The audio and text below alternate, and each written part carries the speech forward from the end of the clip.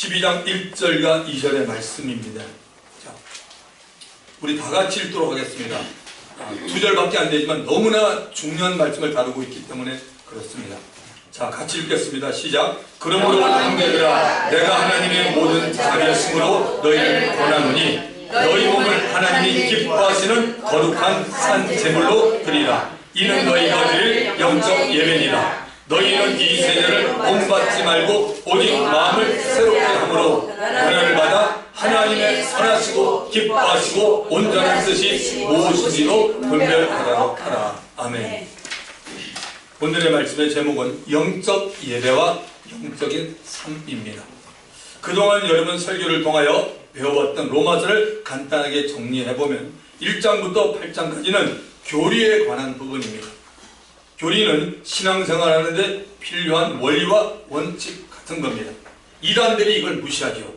그래서 우리가 교리를 알아야 됩니다. 근데 교리의 특징이 뭐냐면 좀 딱딱합니다.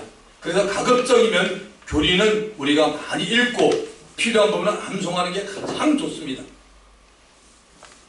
그래서 우리가 이 교리에 대해서는 머리에도 좀 기억해 놓아야 됩니다. 교리를 바로 알고 있어야 잘못된 가르침에 넘어가지 않습니다. 교회생활 오래 했어도 이 교리에 대해서 너무 약하면 여러분 이단들에게 너무 잘 끌려가요. 왜냐하면 그들은 우리보다 훨씬 더 말을 잘해요. 그리고 겉으로 본 사람은 대단한 사람들입니다. 여러분. 그러니까 웬만한 사람들은 제가 볼 때 다 끌려가요. 그리고 안 끌려가는 방법 하나예요. 저와 여러분이 뭐죠? 하나님의 정말 말씀을 딱 갖고 있으면요, 성령이 그 말씀으로 지키기 때문에 절대 우리는 넘어가지 않습니다. 특별히 로마서 8장은 성령과 그리스도 예수 안에 있는 하나님의 사랑에 관해서 다루고 있습니다. 또한 성령을 따라가는 삶을 실천하라고 우리에게 말하죠. 자, 로마서 9장부터 11장까지는 이스라엘에 관한 부분입니다. 하나님의 주권을 알고 있으라는 가르침입니다. 복음을 들어야 믿음이 생기고 또한 예수 믿고 구원 얻게 됩니다.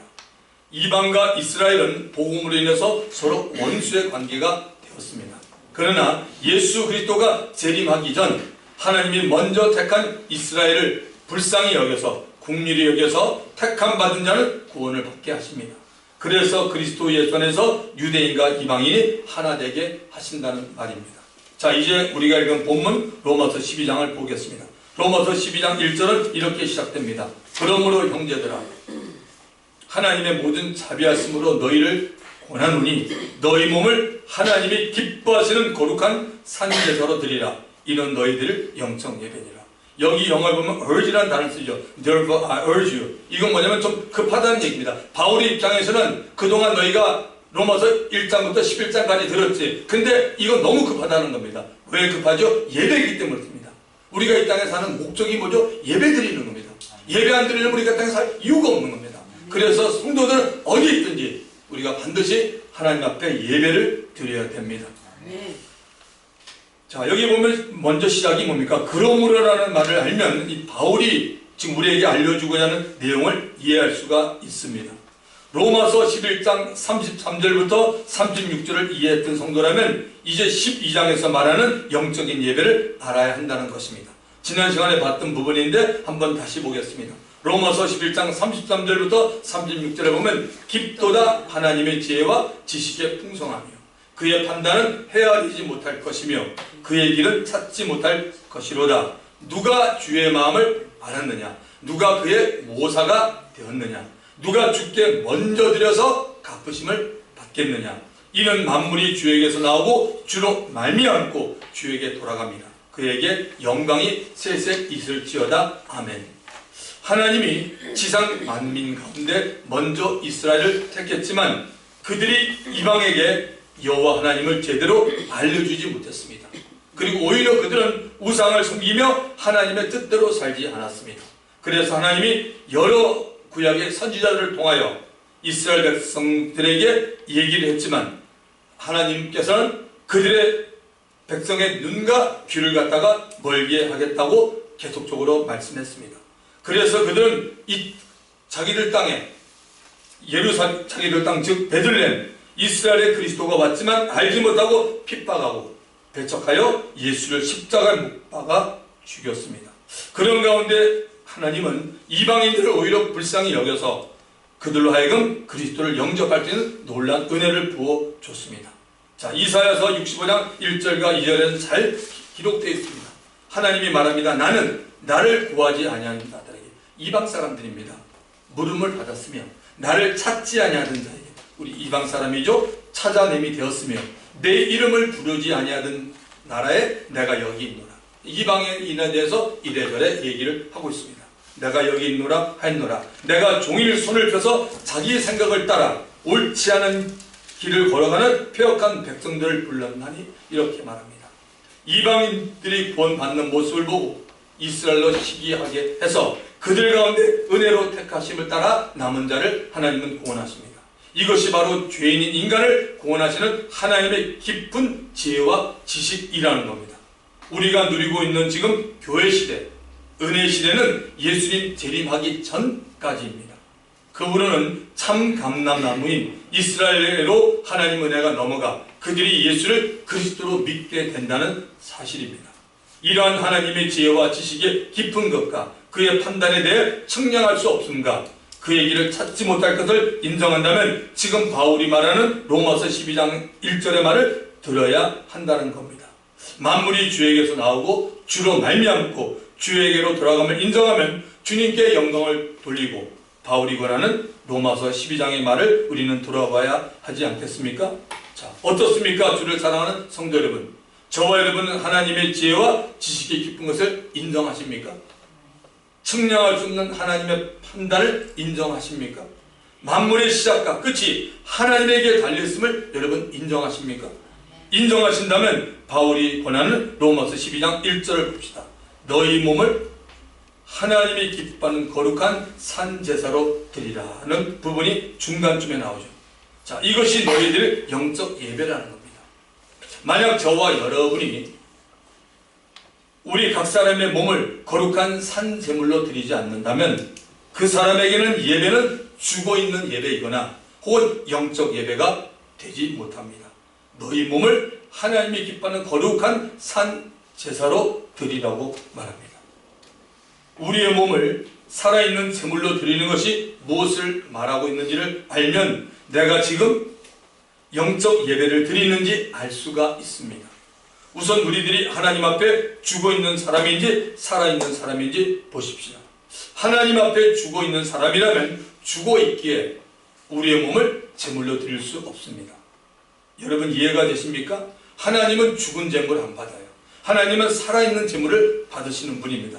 아브라함에게도 살아있는 아브라함의 아들 이삭을 번제로 바치라고 말했습니다. 성경이 죽은 자라고 말할 때 대부분의 경우는 육체의 몸은 살아있지만 영의 기능이 살아있지 못하고 있는 자들을 죽은 자라고 말하고 있습니다. 두 가지 경우를 보겠습니다. 첫 번째, 죽은 자들로 저희 죽은 자를 장사하게 하라고 주님이 말씀하셨습니다. 마태복음 8장 22절에 예수께서 이러시되 죽은 자들이 그들의 죽은 자들을 장사하게 하고 너는 나를 따르라 하시니라. 서기관 한 사람이 예수님을 따르기를 원했을 때 분명한 각오를 해야 함을 예수님이 말씀합니다. 여우도 굴이 있고 공중에서도 거처가 있지만 나 인자인 예수는 머리 둘 곳이 없다라고 말했습니다. 그러자 그 말을 들은 제자 가운데 한 사람이 주님, 나로 먼저 가서 내 부친을 장사하게 허락해 달라고 말합니다. 이때 예수님이 죽은 자들로 그들의 죽은 자를 장사하라고 말합니다. 처음 말한 죽은 자들이란 영적으로 죽어 있는 자들입니다. 영적으로 죽어 있다는 증거는 살아계신 하나님을 알지 못하고 사는 자들입니다. 이들은 하나님이 없다라고 말하는 자들입니다. 우주 만물의 주인이시고 죄인인 인간을 구원하기 위해서 예수를 보내신 하나님 아버지를 모르고 살아가는 영이 죽어있는 사람들 전부입니다. 저와 여러분, 우리들이 만나는 사람 가운데 영이 죽어있는 사람과 영이 살아있는 사람인지 여러분 구분이 되고 있습니까? 영이 죽어있는 사람들을 보면 여러분 어떻게 대하고 있습니까? 처음 말한 죽은 자들, 그리고 그 다음에 나오는 그들의 죽은 자들은 누구입니까? 처음 말한 죽은 자들은 영적으로 죽어있는 자들, 곧 영이 거듭나지 못한 자를 말합니다. 그 다음에 말한 죽은 자들은 제자 가운데 한 사람이 말한 육체의 죽음을 맞이한 그 제자의 아버지입니다. 예수님이 말씀한 대로 예수님을 따르는 길을 택하려면 영적으로 죽어있는 사람들로 하여금 시신을 장사하게 하라고 말합니다. 영적인 것과 아닌 것을 분명히 예수님 우리에게 구원해주고 있는 것입니다. 그리고 먼저가 뭐냐? 영적인 것이 먼저임을 우리에게 알려주는 교훈입니다. 예수를 따르는 일은 영적인 것이기에 영적으로 살아있어야 합니다. 예수를 따른다는 말은 예수님의 제자가 되겠다라고 말하는 것과 같습니다. 영적으로 살아있지 못하면 제자가 될 수 없습니다. 영적인 일과 육신의 일을 분명히 알고 영적인 일을 도모하는 자가 제자로서 합당한 자가 됩니다. 두 번째는 유대인들에게 하나님의 아들의 고난을 말할 때 주님은 이 죽은 자라는 표현을 썼습니다.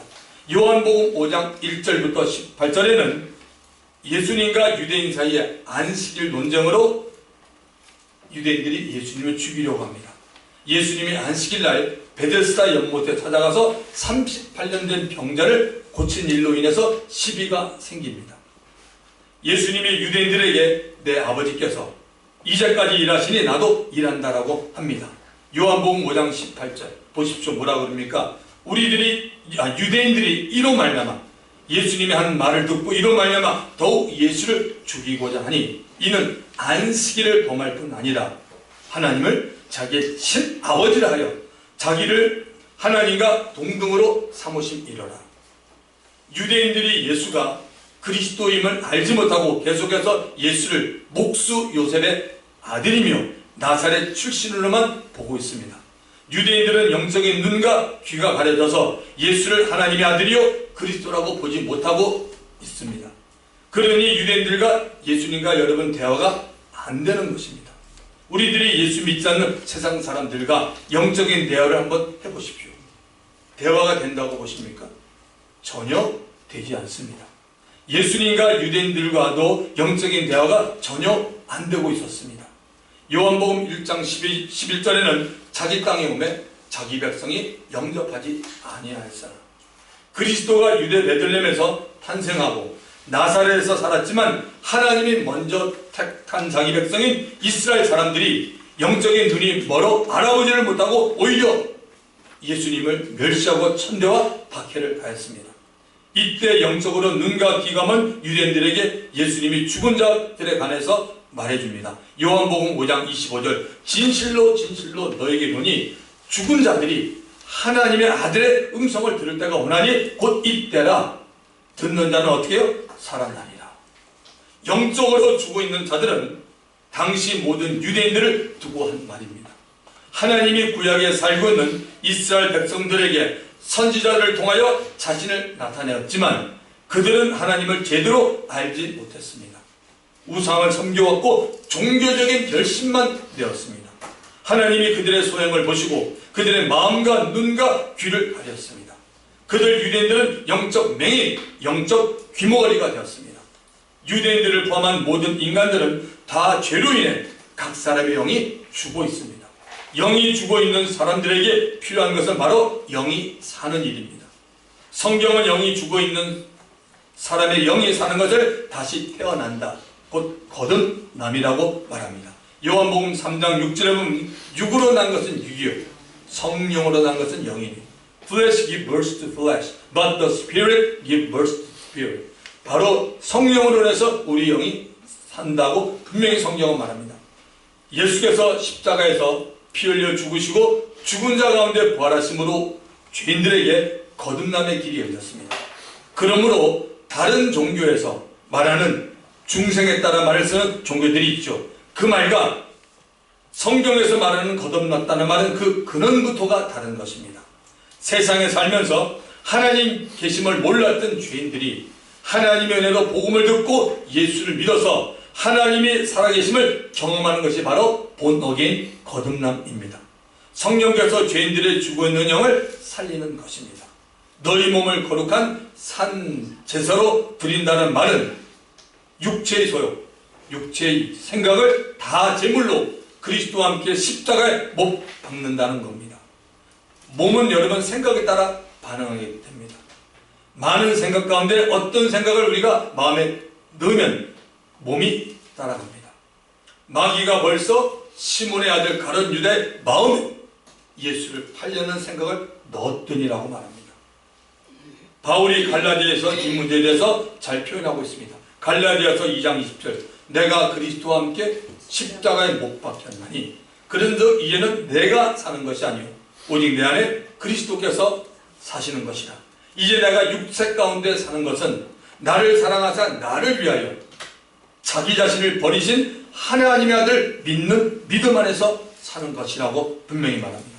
영이 죽어 있는 사람, 즉 영적으로 죽은 자들은 하나님께 영적인 예배를 드릴 수 없습니다. 오늘 이 자리에 계신 분 가운데 저는 모르지만 여러분의 영이 하나님 보시기에 죽어 있으면 그분 예배 못 드려요. 그냥 앉아있는 겁니다. 말씀도 안 들릴 겁니다. 졸립고. 만약 드렸다고 해도 그가 드린 예배를 하나님께서 받지 않으십니다. 꼭 기억하셔야 됩니다. 여러분, 하나님이 멍청이가 아니에요. 뭐 그냥 다 받아주는 게 아닙니다. 교회 앉았다고 다 받아주는 게 아니라니까요. 목사님 저 왔어요. 그게 아닙니다. 영이 살아나야지 하나님의 영이시기 때문에 그 예배를 받아주시는 겁니다. 여러분, 예수님은 하나님은 영이시라 신령과 진정으로 예배드린 자를 찾고 있다고 우리에게 알려주었습니다.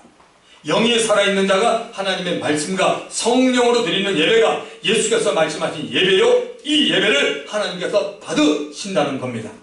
자, 여기에서 영에 관해서 한번 우리가 알아보십시다. 하나님은 영입니다. 하나님의 말씀도 영입니다. 천사도 영입니다. 기억하셔야 돼요. 하나님은 영이세요. 하나님의 말씀도 영이에요. 여러분, 성경에 기록된 말씀이 글씨가 아니에요. 영입니다. 영.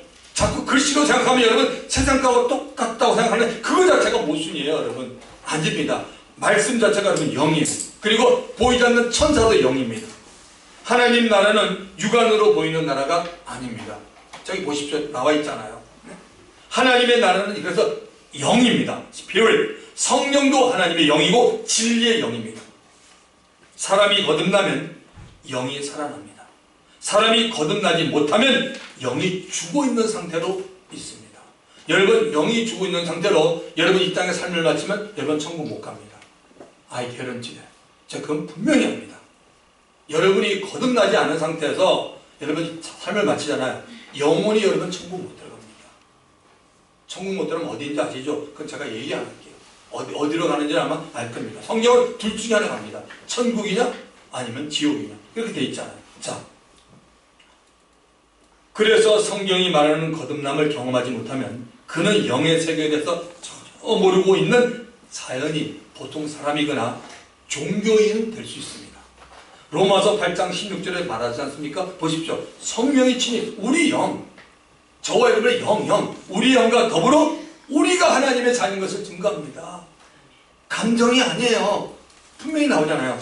성령이 친히 우리 영과 더불어 우리가 하나님의 자녀인 것을 증언하시나니 예수 믿는 우리들에게 하나님의 자녀라고 성령이 거듭난 우리 영과 함께 증거해 주십니다. 할렐루야. 바리새인이며 유대인의 지도자였던 니고데모는 예수님의 말씀하시는 거듭남에 대해서 전혀 이해를 못했습니다. 그는 율법을 지키는 자신의 행위로 구원을 받을 수 있다고 믿고 있었습니다.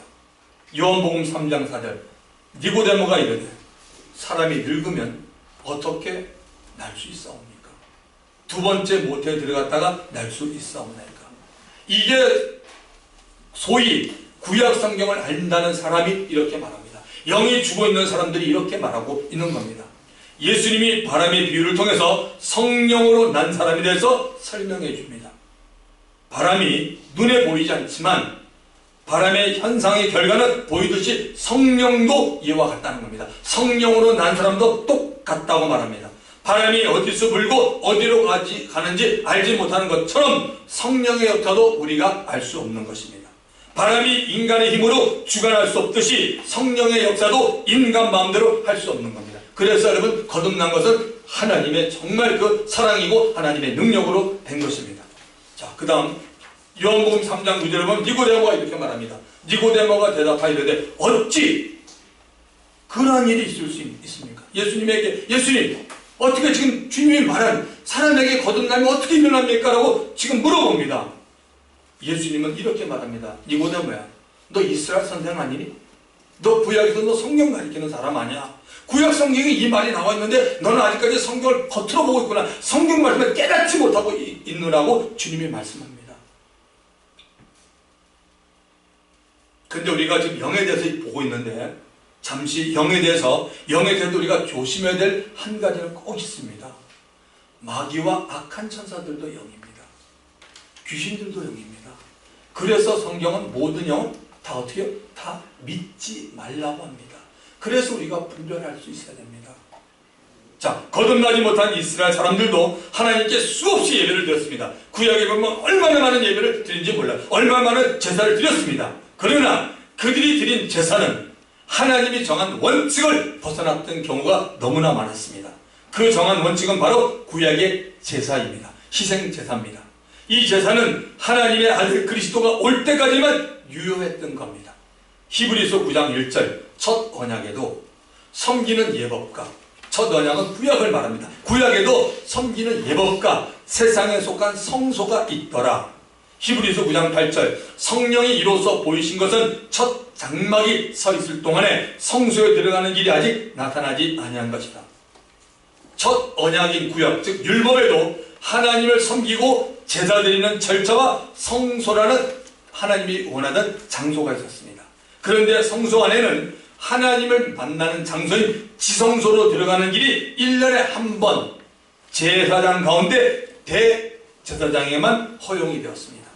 이스라엘 백성도 제사장들도 지성소에 들어갈 수 없었습니다. 여러분이 레위기서 16장을 읽었다면 분명히 사실을 알 겁니다. 히브리서 9장 9절 이 장막은 현재까지 비우니 이에 따라 드리는 예물과 제사는 섬기는 자를 그 양심상 온전하게 할 수 없나니 이런 것은 먹고 마시는 것과 여러 가지 씻는 것과 함께 육체 예법일 뿐이며 개혁할 때까지 맡겨둔 것이니라. 개혁할 때가 뭡니까? 메시아 그리스도가 올 때까지 맡겨둔 것이라고 말합니다.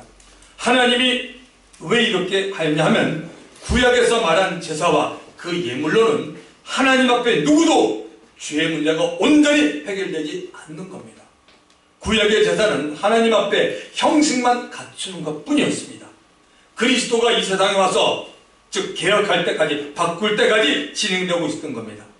예수님이 와서 어떤 예배를 알려줬어요? 살아있는 하나님의 영이시니 예배하는 자가 신령과 진정으로 예배하다. 이것을 알 때까지는 구약에 있던 모든 것은 메시아가 올 때까지 드렸던 것 뿐입니다. 자, 이제 로마서 12장 2절을 가보겠습니다. 너희는 이 세대를 본받지 말고 오직 마음을 새롭게 함으로 변화를 받아 하나님의 선하시고 기뻐하시고 온전한 뜻이 무엇인지 분별하도록 하라. 너희는 이 세대를 본받지 말고 Do not conform any longer to the pattern of this world.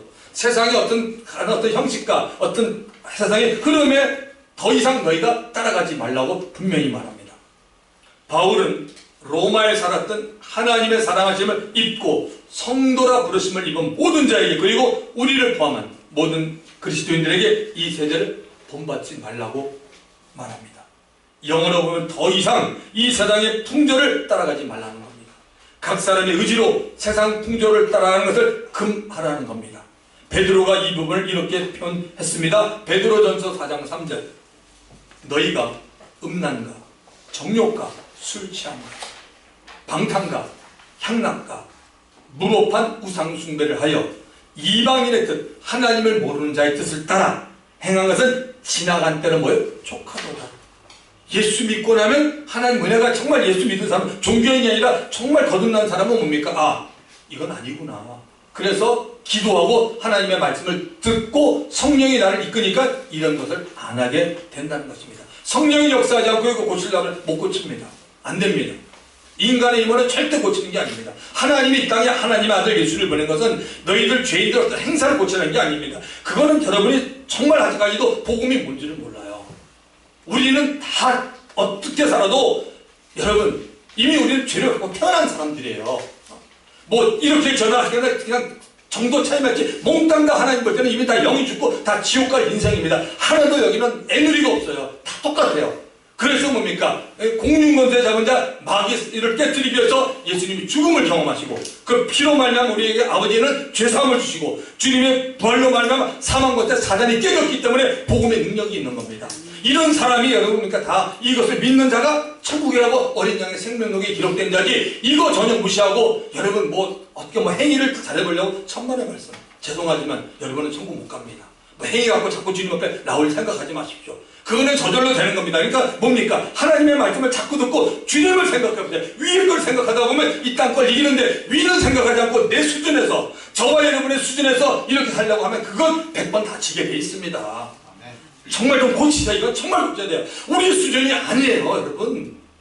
수많은 그리스도인들이 속고 있습니다. 이건 절대 안 고쳐집니다. 여러분, 예수 믿는 건 적당히 믿으면서 행위에 번들어서 하면 당신 종교인이에요. 천국 못 갑니다. 정확한 건 정말 내가 복음을 받아들이고 자꾸 위를 바라면서 하나님께 간구해야 돼요. 주님도 아세요. 너희 힘으로는 안 된다는 거 로마서에도 바울이 말했잖아요. 절대 안 됩니다. 왜? 사람은 육신으로는 죄의 법을 섬겨요. 로마서에 말하잖아요. 그리고 우리 마음으로 하나님의 법을 섬긴다. 아직 결론이 나와 있잖아요. 그런데 우리가 뭘 따라갑니까? 우리가 자꾸 여러분 말씀을 듣고 성령을 우리가 모시고 성령과 함께 이렇게 신앙생활하면 우리가 승리의 길을 갈 줄 믿습니다. 그래서 이런 베드로전서 4장 3절이나 로마서 12장 2절의 말씀을 통해서 우리는 이 세대 곧 세상의 흐름을 본받고 있는지 각 사람이 자기 자신에서 한번 살펴보고 끊지 못하는 것이 있으면 성령께 매달려 기도해야 합니다. 할렐루야. 하나님은 우리 크리스찬들이 하나님의 뜻을 잘 구분하고 분별하며 살기를 원합니다. 그러기 위해서는 마음을 새롭게 합니다. 변화를 받아야 됩니다. 여러분, 변화가 먼저입니까? 마음이 새로워지는 것이 먼저입니까? 영어 성경에 보면 정확히 나와 있습니다. Be transformed by the renewing of your mind. 분명히 보면은 너희 마음이 새로워짐에 의해서 변화가 됩니다. 그러니까 뭐냐면 마음이 먼저예요. 우리 각자의 마음이 새로워지는 게 먼저입니다. 하나님을 향하여 마음이 새로워져야 한다는 겁니다. 하나님을 향한 마음이 새로워질 때 하나님의 나라에 대한 열정이 불타오르게 됩니다. 하나님을 향한 마음이 변하지 않도록 우리 각 사람은 뭐죠? 저는 여러분은 여러분의 마음을 잘 지키고 다스려야 돼요. 잠언서 4장 23절에 말하죠. 모든 지킬 만한 것 중에 더욱 내 마음을 지켜. 생명이 그러니 이에서 납니다. 하나님의 뜻 안에 있는 세 가지에 대해 분별하라고 말합니다. 선하시고 기뻐하시고 온전한 뜻이 무엇인지 분별하도록 하라고 말합니다. 바울은 우리들에게 하나님의 뜻에 대해서 테스트하고 증명할 수 있을 것이라고 말합니다. 하나님의 뜻 안에는 하나님의 선하심이 있어요. 하나님의 기뻐하심이 있어요. 그리고 하나님의 온전하심, 즉 완전하심이 있습니다. 성경에는 하나님의 뜻에 대해서 모든 사람에게 적용되는 뜻들이 많이 기록되어 있습니다. 우리 모두가 다 잘 아는 하나님의 뜻 하나만 보면 살전 5장 16절부터 18절 항상 기뻐하라. 쉬지 말고 기도하라. 범사에 감사하라. 이는 그리스도 예수 안에서 너희를 향하신 하나님의 뜻이다. Be joyful always. Pray continually. Give thanks in all circumstances, for this is God's will for you in Christ Jesus. 예수 안에서 정말 이런 모든 것들이 다 우리를 향한 하나님의 뜻이라고 말합니다. 자, 그런데 여러분들 지금부터 중요합니다. 그러나 성경은 한 개인에게, 저번 한 개인에게만 적용되는 구체적인 하나님의 뜻이 나와 있지 않습니다. 그래서 우리 모든 크리스찬들에게는 분별력이 필요합니다. 하나님의 선하심, 기뻐하심, 그리고 완전하심이 나타나고 있는지 자기 자신에게 볼 수 있어야 합니다.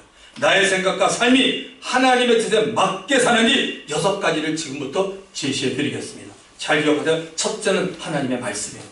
이게 분별하는 거예요. 하나님의 말씀으로 분별합니다. 첫째, 대부분의 하나님의 뜻은 성경에 이미 게시되어 있습니다. 여러 긍정적인 명령들과 부정적인 명령들이 있습니다. 하라, 하지 말라고 되어 있습니다. 그러나 무엇보다도 말씀은 삶의 중요한 결정을 하는데 지침과 도움을 주는 여러 원리들을 우리들에게 제시하고 있습니다. 하나님의 인도하심, 다른 말로 성령의 인도라고 하죠.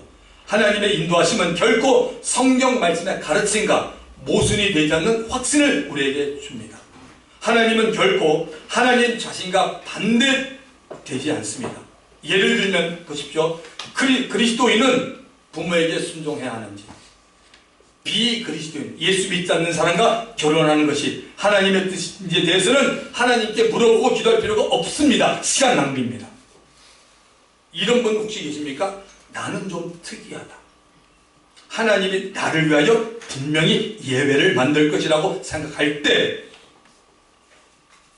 우리는 죄로 하여금 나를 속이도록 허용하는 것이 될 뿐입니다. 말씀을 넘어가지 마십시오. 하나님의 뜻의 중심에서 나의 삶을 살기 시작하면 어떤 특별한 것을 발견할 필요가 없다는 말입니다. 하나님의 말씀에 이미 계시되어 있는 것에 따라서 사는 것을 우리는 먼저 시작을 해야 합니다. 또한 하나님께서 종종 성령의 말씀을 읽는 자의 마음과 생각의 성경의 한 구절이나 본문을 조명해 주기도 합니다. 여기서 중요한 것은 내가 주도하지 말고 성령이 인도하여 나를 이끌어 주어야 한다는 것입니다. 자, 두 번째는 신앙의 서적들입니다. 하나님은 종종 위대한 그리스도인들의 신앙 서적을 통하여 은혜를 주기도 하고 도전을 받기도 합니다. 영적인 삶의 경건을 위한 고전들과 서적들은 그리스도인의 마음에 말씀하시는 하나님의 풍부한 진리를 간직하고 있습니다. 여러분, 어거스틴이라고 합니까? 세인 어거스틴, 성 어거스틴의 참회록이라는 책이 있습니다. 너무 좋아요. 토마스 아킨퍼스의 그리스도를 본받아. 그리고 이 천주교였던 자매가 쓴 건데 잔느 기용이라는 책이 굉장히 좋습니다. 그리고 빌리 그램, 그 다음에 철로역정 아시죠? 전번에 쓴 로마서를 각해서 쓴 철로역정. 이런 책은 여러분 굉장히 고전적인 책입니다. 정말 이 시대는 이런 책을 좀 봐야 돼요. 아주 귀한 책들입니다. 그래서 이런 책을 통해서 하나님께서 우리들에게 하나님의 뜻을 알려준다는 겁니다. 세 번째는 다른 그리스도인들. 하나님은 가끔 하나님의 뜻에 헌신하고 우리를 잘 알고 있는 다른 그리스도인을 통하여 우리를 인도하십니다. 이것은 어쩌면 저와 여러분이 가장 소홀하게 여길 수 있는 하나님의 인도하심입니다. 하나님은 나단 선지자를 통하여 다윗을 회개시켰습니다. 맞습니까? 하나님은 빌립을 사용하여 요한복음 1장에 나옵니다. 친구 나다나엘을 부르게 합니다. 야, 가서 와봐. 그를 만났어. 메시아를 만났다라고 말합니다. 나다나엘께서 야, 나사렛에서 무슨 선한 것이 날 수 있냐면서 따라오죠. 어쨌든 빌립을 사용하여 나다나엘을 불렀고 다메섹의 제자 아나니아를 사용하여 사도 바울에게 사명을 주었습니다. 여러분, 그리스도인은 단순히 설교자가 설교하는 것을 듣고 다른 그리스도인들이 간증하면서 듣고 얼마나 훌륭하게 빈약하게 형편없이 하는지 판단하고 교회 출석하는 가오를 보면서는 안 됩니다. 하나님이 세운 그 사람을 통해서 예배드리고 있는 나에게 어떤 메시지를 주려고 하는 것일까는 그런 의도를 놓치면 여러분 안 되는 것입니다. 그거 놓치면 여러분 설교 시간에 무슨 주의 음성이 있습니까? 그런 생각을 하고 기도하고 오거든요. 하나님께서 종들을 통하여 여러분에게 얼마든지 여러분 메시지를 줍니다. 네 번째, 우리의 관심사입니다. 자, 여기에 우선 우리들이 좀 고쳐야 될 부분이 있습니다. 하나님이 우리로 하여금 행하게 하는 것은 우리가 싫어하는 것들이라는 고정관념을 깨뜨려야 합니다. 가끔 우리는 우리 자신에게 물어보아야 합니다. 하나님이 하나님의 영광을 위해서 나에게 무엇을 하고 싶냐라고 묻는다면 여러분 어떻게 답하겠습니까? 뭐 이렇게 얘기할 수 있잖아요. 저는 교사가 되고 싶습니다. 저는 제 도움이 필요한 자에 가서 도와주겠습니다. 저는 선교사가 되어서 복음 전하고 그들을 예수님의 제자로 만들겠습니다. 저는 정치인이 되어서 하나님이 원하는 나라를 만들고 싶습니다. 저는 사업가가 되어서 기도와 재정으로 주위에 일하는 사람들을 돕고 싶습니다. 그것도 아주 많습니다. 하나님은 우리들의 주 안에서 가지는 소원이나 바람을 통해서도 하나님 우리를 부르시고 그분의 뜻을 알려줍니다. 다섯 번째는 우리의 능력입니다. 하나님이 각 사람에게 베풀어준 은사, 아시죠? 이게 선물입니다. 하나님은 우리의 은사와 재능과 능력을 낭비하는 것을 원하지 않습니다. 하나님이 그동안 여러분을 어떻게 준비시켰나를 여러분 보십시오. 이제는 하나님의 일을 시작할 때가 되었습니다. 하나님을 섬기기 위하여 주시는, 그리고 다른 사람들에게 하나님의 사랑을 나눠주기 위해 주시는 모든 기회를 우리는 활용해야 합니다. 이런 가운데 자신에 대해서 몰랐던 것을 우리는 알게 되고 하나님이 나를 사용하여 하나님의 뜻을 드러내실 거라는 걸 우리는 알게 됩니다. 자, 마지막은 여섯 번째, 하나 더. 우리의 특별한 특별한 경험들, 특별한 경험들입니다. 여러분, 하나님이 모세를 어떤 상황에서 불렀습니까? 모세가 그의 장인 이드로의 양떼를 치면서 하나님의 산 호렙에 이르렀을 때 아주 신비한 체험을 합니다. 떨기나무에 불이 붙었지만 그 나무가 불에 타고 있지 않았습니다. 모세가 너무나 신겨서 보려고 앞으로 나아갈 때 하나님이 모세를 부릅니다. 출애굽기 3장 5절 6절 하나님이 이르시되 이리로 가까이 오지 말라. 네가 선 곳은 거룩한 땅이니 내 발에서 신을 벗어라. 또 이르시되 나는 너의 조상의 하나님이니 아브라함의 하나님, 이삭의 하나님, 야곱의 하나님이라. 모세가 하나님 배웠기를 두려워하여 얼굴을 가리매. 하나님이 모세에게 자신을 알리신 후에 애굽에 있는 하나님의 백성 이스라엘을 애굽의 왕 바로로부터 인도해내라는 사명을 줍니다. 모세는 이런 특별한 경험을 통하여 주님 앞에 나가게 되었고 사명을 받게 되었습니다. 바울은 예수님이 어떤 상황에서 어떻게 그를 불렀습니까? 예루살렘에서 예수 믿는 자를 체포하라는 공문을 받아가지고 다메섹으로 가는 길에 신비한 체험을 합니다.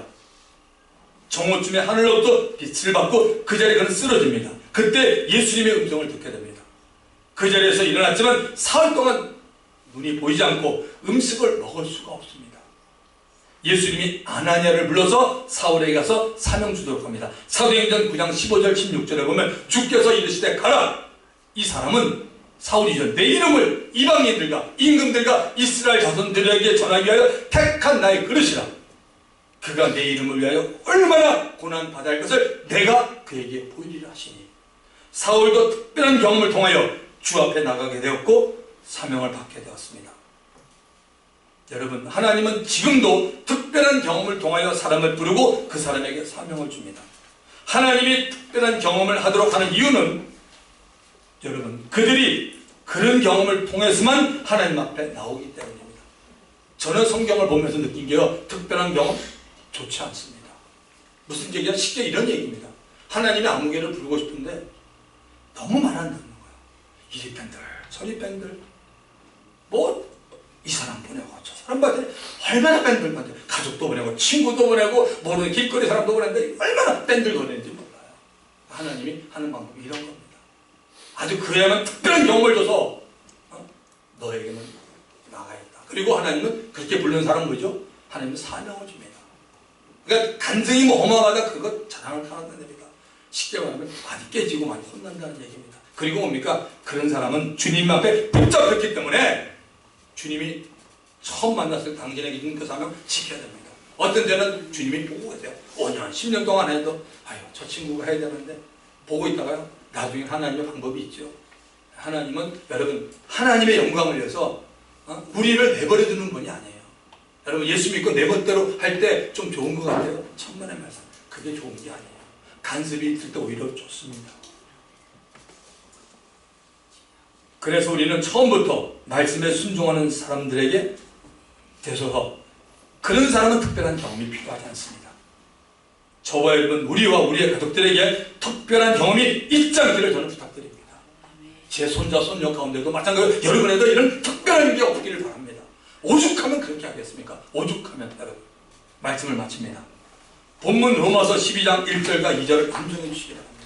그러므로 형제들아 하나님의 모든 자비하심으로 너희를 권하니 너희 몸을 하나님 보는 거룩한 산제사를 하라. 이는 너희들 영적 예배라. 너희는 이 세대를 본받지 말고 오직 마음을 새롭게 함으로 변화를 받아 하나님의 선하시고 기뻐하시고 온전하신 무엇인지 분별하도록 하라. 나는 영적 예배를 드리는 올바른 자세를 가지고 있습니까? 만약 예배를 드리는 나에게 문제가 있다면 어디 있는지 한번 살펴보시기 바랍니다. 하나님의 선하시고 기뻐하시고 온전한 것에 대한 분별력을 가지며 살기를 주 이름으로 축원드립니다. 주님 한 번으로 통상이 갑니다. 주여.